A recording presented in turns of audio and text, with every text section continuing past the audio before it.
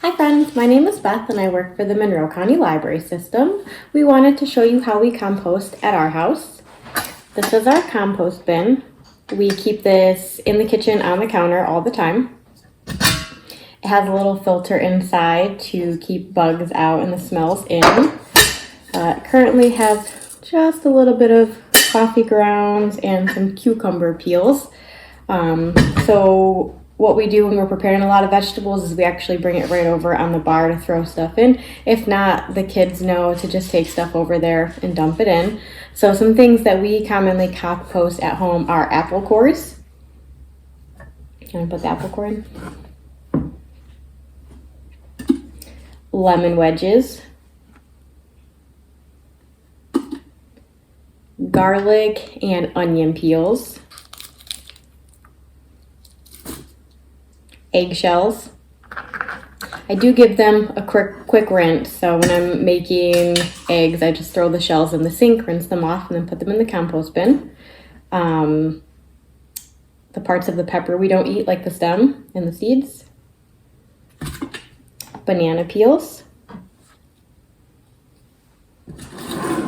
And even coffee grounds. So we use one of the reusable metal coffee filters, so there's just ground coffee in there that's used.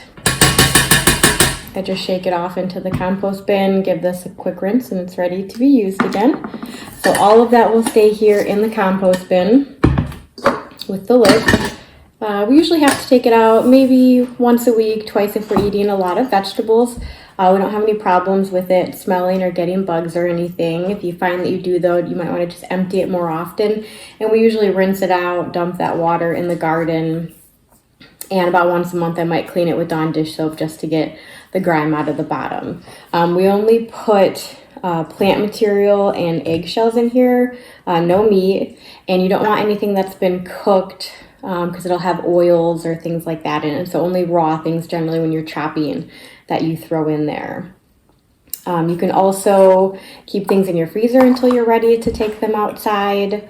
We'll hold on to things if we know we're going to be making stock, like chicken stock. We'll hold on to onion peels and garlic peels. But if we don't have any stock coming up, all of that goes in the compost bin. And now we will show you our compost bin outside. So now I'm going to show you what we do with our compost that we collected inside.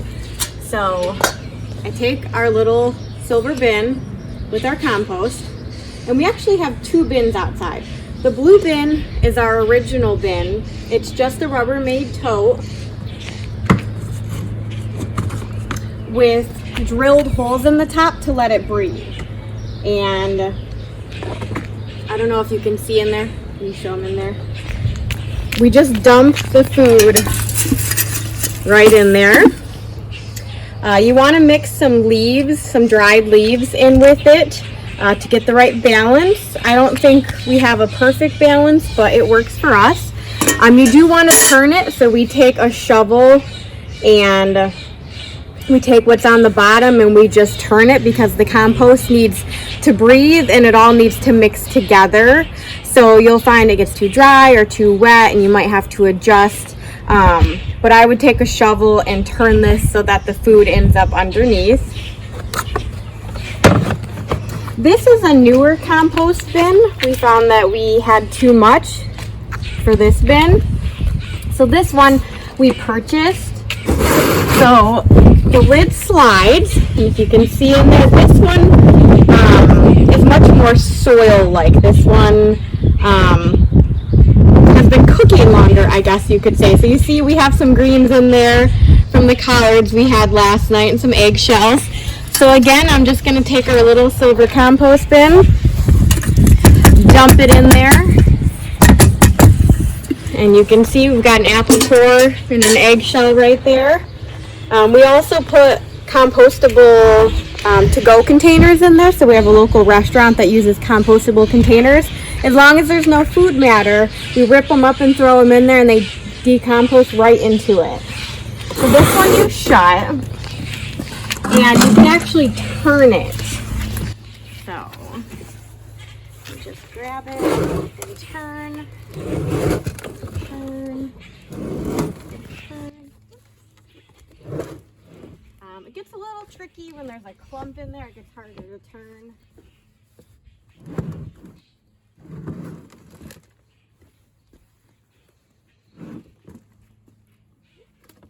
Off the track a little bit.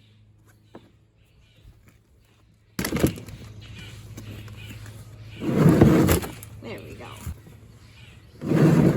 It gets hard to turn when there's a big clump of something built up inside. Also in the winter when it freezes. So we do compost all year long.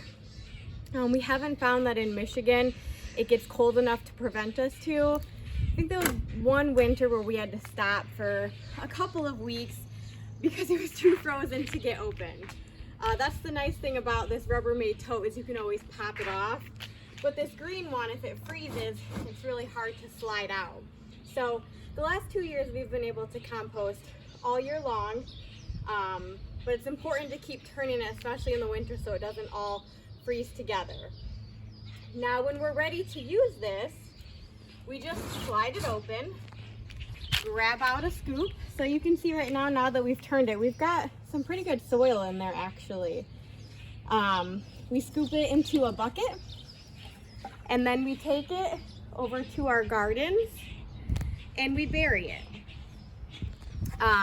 When we first started composting, this was all we had, and we would actually take the food scraps, dig a hole in the garden, and just bury them right in the garden. And that's totally fine to do. We just found with how much we had that was getting hard to keep up with, and we could get some better soil by doing it this way. But if you want to start out small, just get yourself a little compost bin for inside, and you just want to bury it deep enough to where animals won't be able to get it on the surface. It breaks down really quickly, so you'll find that you bury the compost and then go to do some gardening and it's gone already. We keep a barrel of leaves in our garage. We just have a garbage can like that of leaves from the fall, because you have to add those to get a good mix of living and dead material to break down. I don't know the exact science. We've read some books, we've done some research online. I don't think we have the perfect balance, but we definitely have a good balance because our stuff always breaks down into a nice dark material, and we bury that in the garden, and it's so good for the plants. So if you have a garden that's not producing very well, if you find you start composting, it will probably start to produce a lot better.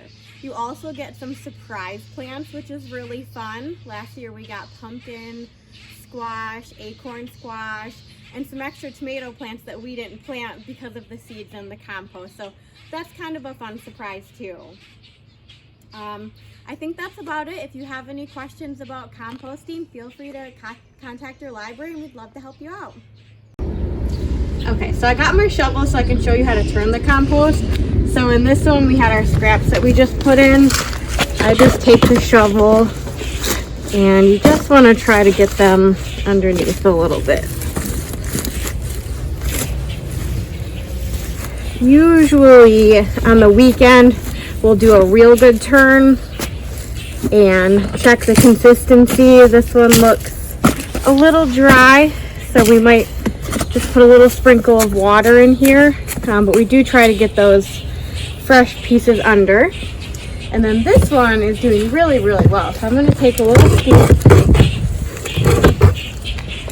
So we got our compost, put it in the bucket.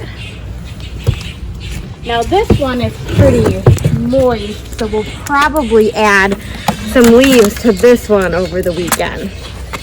And you can see there's still some eggshells in there. That's totally fine. They'll break down. So I'm just going to take my bucket to one of my garden areas. I've got a hole right here I already dug. This is where I plant flowers over the summer.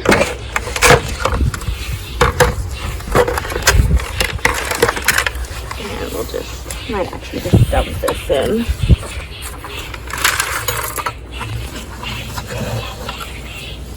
So that's our nutrient-rich compost right there. I'm just going to cover it up.